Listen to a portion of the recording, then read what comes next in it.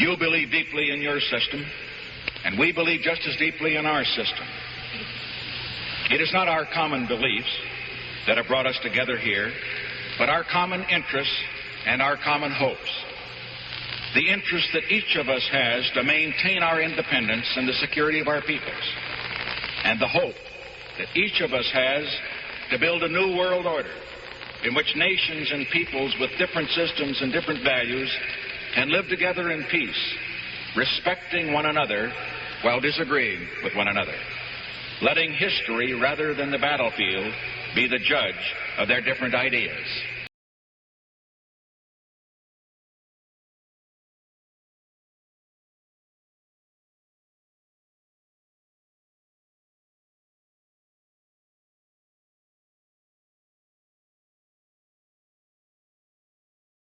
Развернуться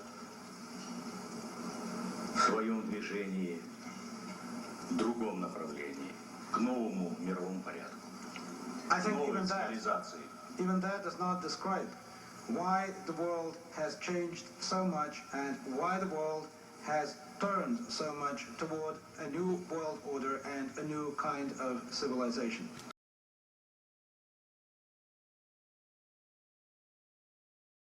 Until now, the world we've known has been a world divided, a world of barbed wire and concrete block, conflict, Cold War.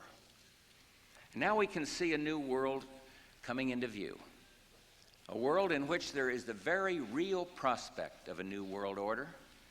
In the words of Winston Churchill, a world order in which the principles of justice and fair play protect the weak against the strong. A world where the United Nations, freed from Cold War stalemate, is poised to fulfill the historic vision of its founders. A world in which freedom and respect for human rights find a home among all nations. We have before us the opportunity to forge for ourselves and for future generations a new world order, a world where the rule of law, not the law of the jungle, governs the conduct of nations. When we are successful, and we will be, we have a real chance at this new world order, an order in which a credible United Nations can use its peacekeeping role to fulfill the promise and vision of the UN's founders.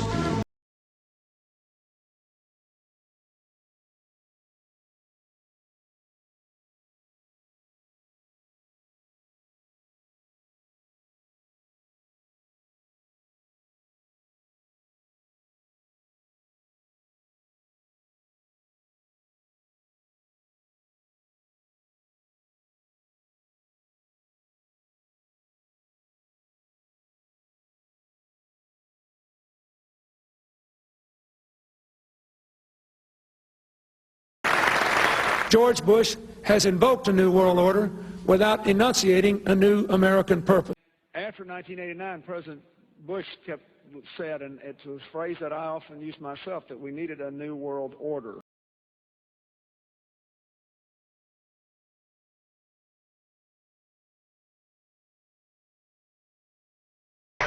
We would like to bring you a message from the First Lady of the United States, Hillary Rodham Clinton.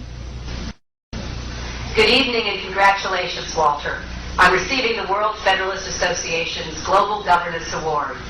For more than a generation in America, it wasn't the news until Walter Cronkite told us it was the news.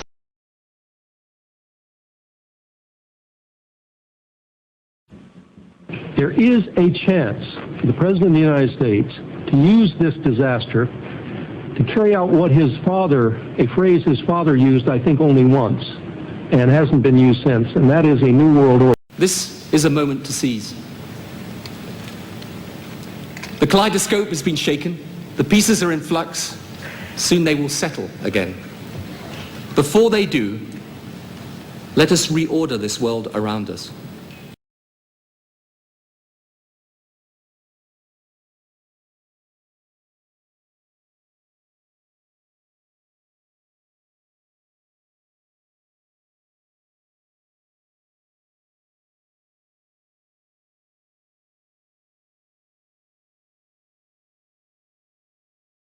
nevertheless, the United States is in a key position to shape this so that the problem of the Bush presidency will be the emergence of a new international order. Within the next 4 years, we will see the emergence of a new international order. The beginning of a new international order.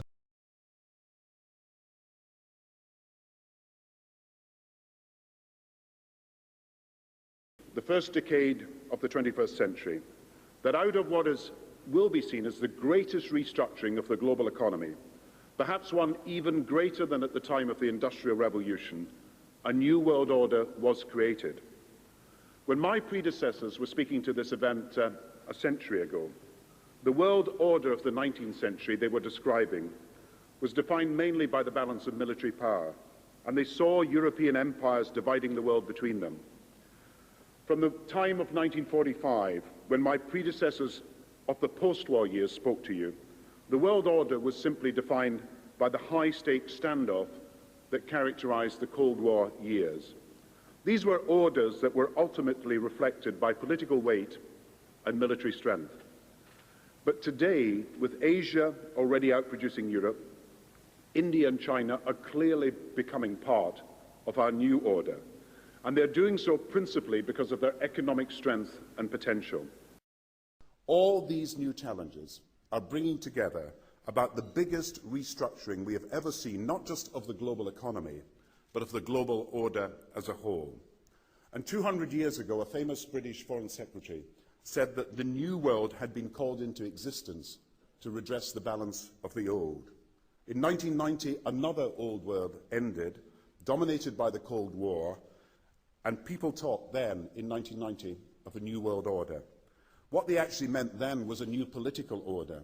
And what was not foreseen then, but is obvious now from everything that we see and do, what we experience in every day of our life, is the sheer scale and speed and scope of globalization.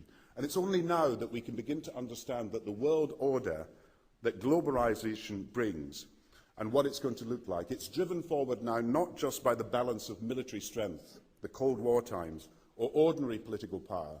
It's being driven forward by a seismic shift in economic power that we see around us. So, in conclusion, ladies and gentlemen, a new world is emerging. It is a new world order with significantly different and radically new challenges for the future.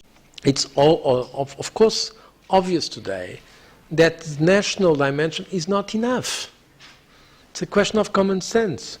If you want to fight climate change, if you want to provide energy security, we cannot do it alone at the national level. We need more than that. We need the European dimension.